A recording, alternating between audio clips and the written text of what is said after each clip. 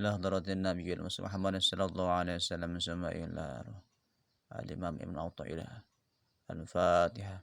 أعوذ بالله من الشيطان الرجيم. بسم الله الرحمن الرحيم. الحمد لله رب العالمين الرحمن الرحيم مالك يوم الدين. إياك نعبد وإياك نستعين. اهدنا الصراط المستقيم صراط الذين أنعمت عليهم غير المغضوب عليهم ولا الضالين. آمين. Bagian yang pertama, sifat orang arif. Apa yang dikatakan oleh Ibnu Athaillah, min alamatil i'timadi alal amali nuqsanur rijai inda wujudiz zalal. Di antara tanda-tanda orang yang menggantungkan ataupun mengandalkan pada amal, ketika terjadi kesalahan maka harapannya menjadi berkurang. Keterangannya, menggantungkan atau menyandarkan diri kepada Allah merupakan sifat orang yang arif dan kuat akidahnya. Sementara orang-orang yang bodoh adalah orang yang menguntungkan diri kepada yang selain Allah. Segalanya bergantung kepada selainnya. Mengenai ilmu, aktivitas, dan kekaryaan, serta baik buruk keadaannya, ia menggantungkan pada yang selain Allah. Orang-orang yang arif dan kuat imannya kepada Allah selalu berpegang teguh dan istiqomah kepada kekuasaan Allah. Mereka selalu menyaksikan kebenarannya. Dari atas permandani hidupnya, ia tidak dapat memutuskan hubungan dengan Allah karena telah menyaksikan kebesaran Allah dari hidupnya sendiri. Apabila mereka tergelincir dalam kesalahan dan kelalaian, mereka sadar bahwa qada dan takdir Allah memang berjalan dari dirinya. Sebagaimana ketika terjadi ketaatan dan kebaktian pada dirinya, sama sekali mereka tidak menyaksikan ketaatan dan kebaktian itu muncul dari diri mereka sendiri. Dan karena ingatan akan Tuhanmu telah menguasai hati mereka, sehingga jiwa mereka menjadi tenang terhadap peristiwa takdir yang berjalan mengenai dirinya. Hati mereka terang di bawah terpaan cahaya kepada keimanan kepada Allah yang begitu kuat. Akan halnya kedua kondisi dan peristiwa yang mengenai dirinya tersebut, bagi mereka tiada bedanya karena mereka telah tenggelam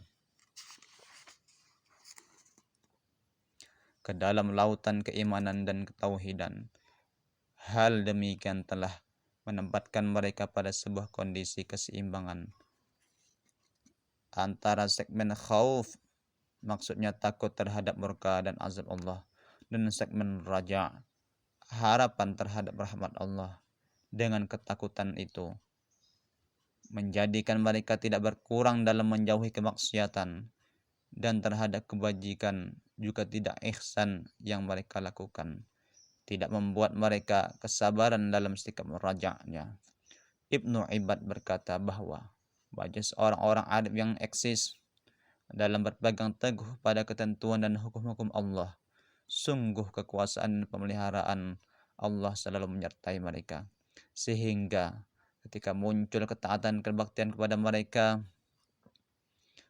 mereka tidak mengharapkan pahala atas ketaatan itu karena mereka tidak melihat adanya kekuatan untuk menjalankan kebaktian itu dari diri mereka sendiri, tetapi hal itu semata dari Allah. Tetapi jika mereka terpeleset dalam suatu kesalahan, tetap berkesadaran bahwa hukuman bagi setiap kejahatan itu setimpal dengan kejahatan yang dilakukannya. Orang-orang yang arif tidak melihat pada selain Allah, baik ketika menghadapi kesulitan dan ujian yang berat maupun pada saat senang dan lapang. Eksistensi keberadaannya adalah atas kekuatan dan anugerah Allah. Pandangannya terfokus kepadanya, ketakutannya hanya kepada Allah yang maha besar, yang sangat keras ancaman siksanya, dan harapan yang menghiasi isi hatinya karena keluasan rahmat dan janji pahala padanya. Sementara di lain pihak, Pemaksaan dan penundukan nafsu dimaksudkan dalam kerangka beramal dan melakukan kebaktian. Dengan amal itu, mereka berharap memperoleh bagian pahala yang bisa dijadikan pegangan yang membuat kondisi mereka menjadi tenang ketika mereka tergelincir dalam suatu kesalahan. Dengan sebab itu, harapannya menjadi berkurang. Sebagaimana ketika kita melakukan ketaatan, maka mereka menjadikan ketaatan itu sebagai pegangan kuat yang bisa mengantarkan pada keselamatan. Bagi kelompok terakhir ini, masih bergantung pada sebab semuanya terjadi secara kausalitas dan sebab akibat. Barang siapa yang mendapati dirinya masih dalam tataran semacam ini, maka hendaklah ia mengenali dan menyadari akan tingkat dan kadarnya yang belum tercapai pada tingkat ataupun makom khusus dan istimewa yang memiliki kedekatan secara intens kepada Allah.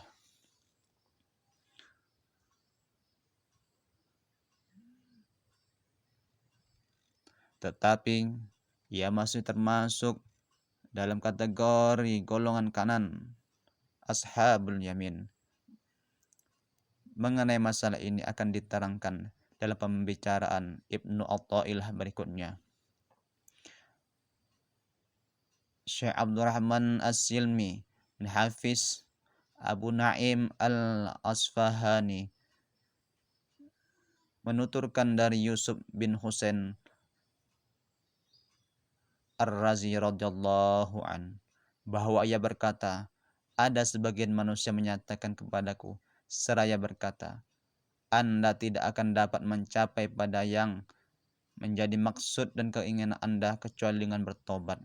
Sebagai jawaban atas pertanyaan itu, aku katakan, seandainya tobat itu datang menghampiriku, tentu aku tidak mengizinkannya. Aku hanya berharap dan menonton pada Tuhan agar menyelamatkan dan menjauhkan aku dari berbuat dosa. Seandainya kebenaran dan keikhlasan itu merupakan dua cahaya bagiku, karena jika aku dalam pandangan Allah sebagai orang yang beruntung, sebagaimana ketetapan yang ada di ilmu gaib, tentu aku akan terhindar dari melakukan dosa dan kesalahan. Tetapi jika bagi Allah garis hidupku adalah sebagai orang yang celaka dan terhina, tentu tobatku dan keikhlasanku serta kebenaranku tidak akan dapat mengantarkan aku menjadi orang yang beruntung. Allah menciptakanku sebagai manusia tanpa amal, tidak pula penolong. Aku adalah milik Allah dan keadaannya akan kembali. Dialah yang memberi petunjuk kepadaku untuk memeluk agama Islam sebagai agama yang diridhoinya. Allah Subhanahu wa taala berfirman, A'udzu billahi minasyaitonir rajim. Wa may yabtaghi ghairal islami dinan falan yuqbala minhu wa huwa fil akhirati minal khasirin. Ali Imran ayat 85.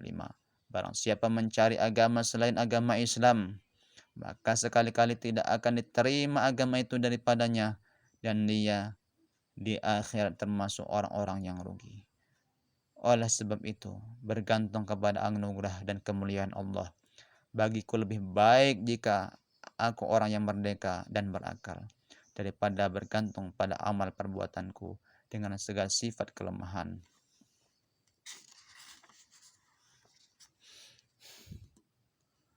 Dan keterbatasanku, karena membandingkan anugerah keutamaan dan kemuliaannya dengan amal perbuatanku sungguh teramat kecil dan tidak sebanding. Dan pengetahuanku terhadap anugerah dan keutamaan Allah sungguh tidak seberapa dan teramat minim sekali. Tidak bisa menjangkaunya. Aku katakan, cerita ini yang semacam dikiranya dapat membuka pendengaran orang yang tidak memiliki hakikat, lalu ia mengingkari maknanya dan mempercayai dan menerimanya serta memberikan tempat tersendiri bagi dirinya. Kedua kondisi ini akan mengantarkan seorang pada kekhawatiran dan bahaya.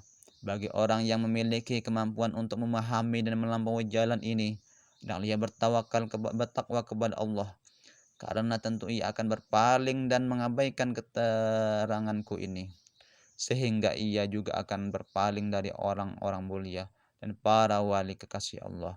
Hal yang demikian itu akan menjauhkan diri dari Allah Subhanahu wa taala atau mendorongnya untuk memberikan tempat pada nafsunya yang sangat tidak menggantungkan, tidak dapat percaya karena watak jahatnya yang selalu cenderung dan pada kejahatan yang sangat merugikan. Ketika seorang tidak dapat menundukkan dan mengendalikan nafsunya, ketika seorang tidak dapat menundukkan dan mengendalikan nafsunya, maka ia sangat rentan melakukan kejahatan, melanggar batas-batas agama, menimbulkan murka Allah Subhanahu wa taala hingga pada gilirannya dia akan bertindak bodoh, masuki wilayah kafir zindik. Na'udzubillahi min zalik. Semoga bermanfaat buat yang menonton dan yang membacanya. Semoga selalu mendapatkan rezeki yang berkah. Amin ya rabbal alamin.